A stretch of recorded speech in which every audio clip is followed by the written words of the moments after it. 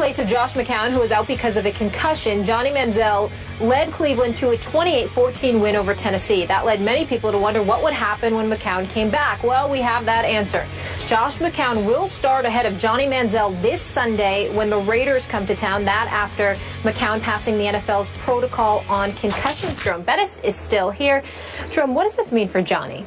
Actually, you may think I'm crazy. I think this is great for Johnny. Everybody's saying, oh, man, you know, Johnny's going back to a backup. You have to understand, part of this could be a test. They want to see how are you going to respond, okay? Because you're this new Johnny Manziel. How are you going to respond going back to the number 2 position after you had a good game? That's part of it, one, okay? Can he be this veteran guy that he's claiming to be now, okay? And not this young, immature football player that he's once been. So now that's part of the process. But the other part is he's still developing as a quarterback. So now what you see that the things that you've given him in the offseason, they're paying off. They're working. So let's continue to develop him, continue to work with him. He doesn't know all of the nuances of the NFL, of the quarterback position. So now you're giving him a chance, and he's watching it, and now he's going to be a lot more invested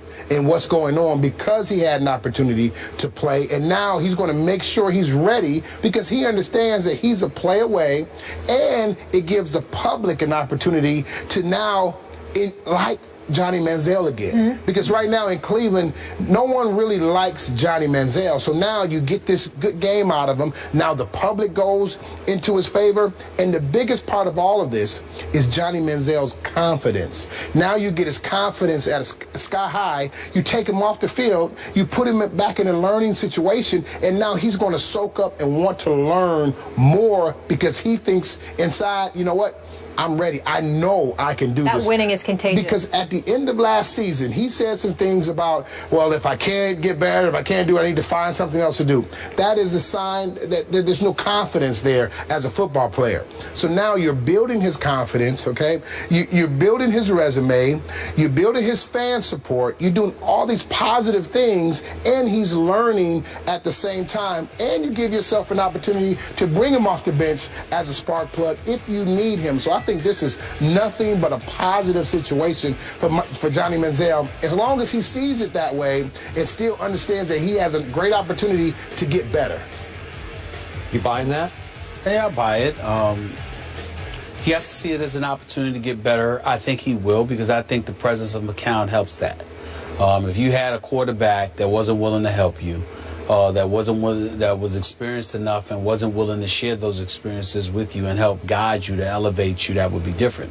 But the fact that you're playing behind a quarterback that's willing to do that for you, I think goes a long way to facilitating Johnny Manziel's growth. And I think as long as he sees that, he's willing to learn, because I think that, you got to remember, this would be far more difficult for him if it was the Johnny Manziel straight out of Texas A&M, who never played in the NFL, who believed he was it and who is this guy.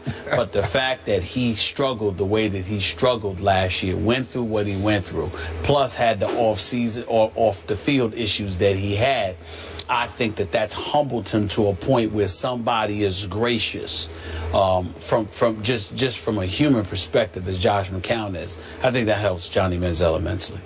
But Jerome, back to your point about how nobody in Cleveland likes Johnny right now, I think if you left this to a fan vote, Johnny would win the starting job against the Oakland Raiders this Sunday. You disagree with that? No, I believe he possibly would, but you know, that's that one game, we love you, and then you have a bad game, and then you go back to the bottom of the heap.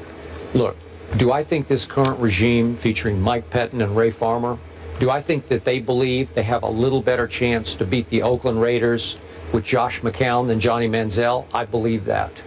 I believe they would like Josh to play every game from here on out through the rest of this year, because they think Josh could save their jobs better than Johnny could save their jobs at this point in Johnny's growth.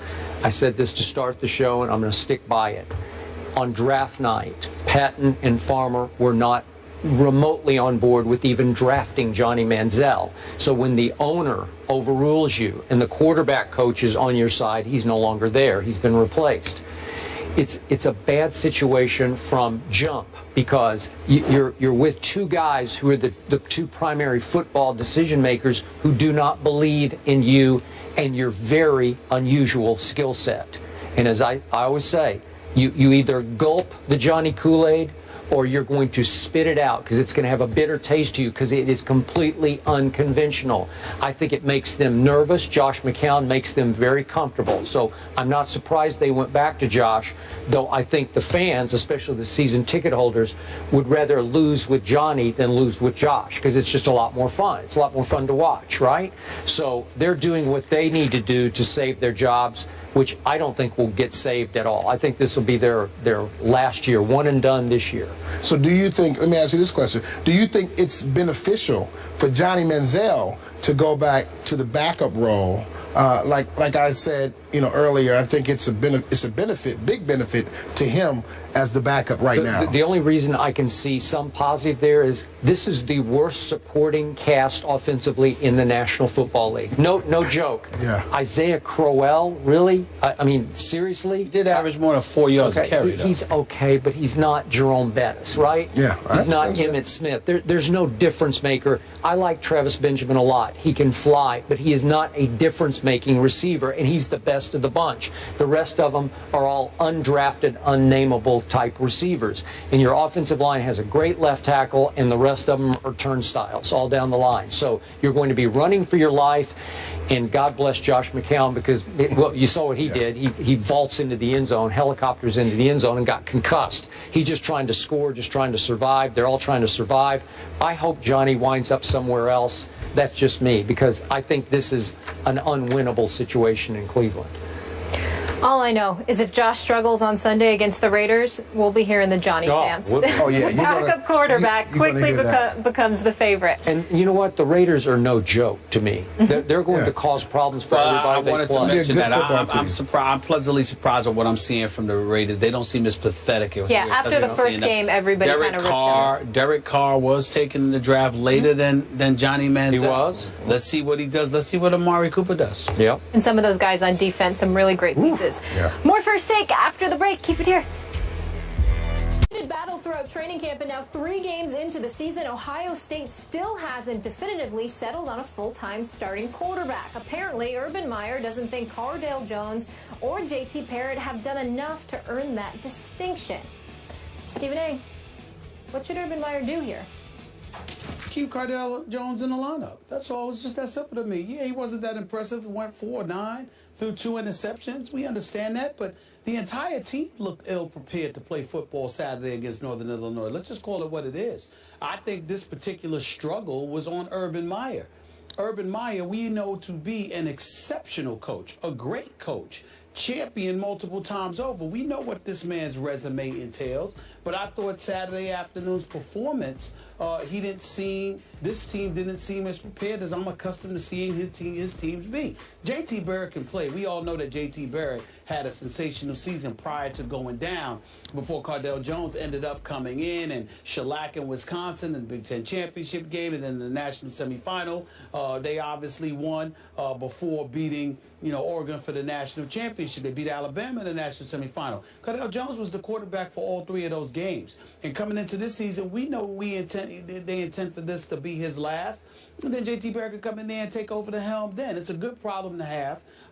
If he's playing like garbage, you pull him out and you put JT Barrett in like you're doing now. But I don't think you change the formula. Cardale Jones needs to stay the starting quarterback for the Ohio State Buckeyes. I don't like your formula. Why is that? If he plays like garbage, you yank him. That's all.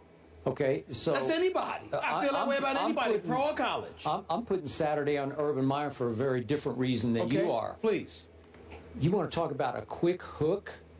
He yanked Cardale Jones, and we both agree that Cardale should be the starter. He yanked him in the second quarter after he'd thrown 9 passes, which included obviously 2 interceptions against Northern Illinois at home. You cannot do that to a quarterback. It's the hardest position, as I think you would agree with me, to play in all of sports. confidence is the utmost of the requirements, and you can't look over your shoulder thinking that your head coach is going to yank you in favor of somebody who has had a whole lot of success playing that position last year for your football team for an extended period of time in J.T. Barrett. So you have to, with conviction, go with one or the other. And if he plays light garbage into the second quarter, you have to let him play his way out of the garbage. Because I'm here to say that game ended up 20-13. If he had stuck with Cardale, I think Cardale would have figured it out and they would have won much. It would have been 30-13. Well, my retort to that, Skip Bayless, would be this. If J.T. Barrett would have started quarterback instead of Cardale Jones, and he did the same thing, then Urban Meyer would have yanked him for Cardale Jones. The reason being is that the way this situation is structured at this particular moment in time, you know, Urban Meyer had a very unique and great problem to have. Braxton Miller is a Heisman candidate. He goes down. J.T. Barrett comes in. He's playing lights out. Then he goes down. Then Cardale Jones comes in and he handles his business and delivers a national championship. Then they turn around after all of that. Okay, and what happens? What transpires? You got all three wanting to come back this year, and Braxton Miller is willing to play wide receiver. And so when you look at it from that perspective, it's clearly obvious. It's obvious and clear that Urban Meyer knows what the situation is, and so do the quarterbacks. There's no definitive one guy that you're going to leave in there no matter what. It's not because you just lost confidence in him. It's because you believe in both that much. So when one is having a relatively bad day, you can bring in the next guy because you have no doubt that they're going to be able to produce. This is not an ordinary quarterback situation. Okay, but you can't play musical quarterbacks with those two. What I'm saying to you is that Urban Meyer clearly walked into this season with that idea in mind, and they all knew that was going to be the MO because of their situation. It was very unique. So because of their situation, both of them knew at any given moment you could be yanked in favor of the other. Cardale Jones is just there trying to learn how to be a better quarterback, to elevate himself to the next level. And J.T. Barrett is trying to make sure that he continues to build off the last season. Under normal circumstances, you're absolutely right. I'm just sitting there and saying that this is an extreme aberration. This is not normal. And both quarterbacks understood that, and Urban Meyer understood that. Okay, if he had given the ball to Ezekiel Elliott more, this wouldn't have even been an issue. Okay, but after the game, I think Urban Meyer even came to the conclusion he had messed this one up. He said after the game, maybe I should pick one. And I define picking one, the way he's saying it, and he's going to do it today, as picking and sticking. Where once he names, if it's Cardale, I hope it is for his sake, he will stick with it. He won't have a short leash the way he did. Maybe the leash was too shorter. Maybe it was. Maybe it was too short, but I do understand the situation. Well, we'll find out later today, and they host Western Michigan Saturday at the Shoe. Looking forward to seeing that game. Cam Chancellor is returning to the Legion of Boom, and our Hall of Famer Jerome Bettis is returning to the desk to offer his thoughts on a big addition to the Hawks defense. That's coming up.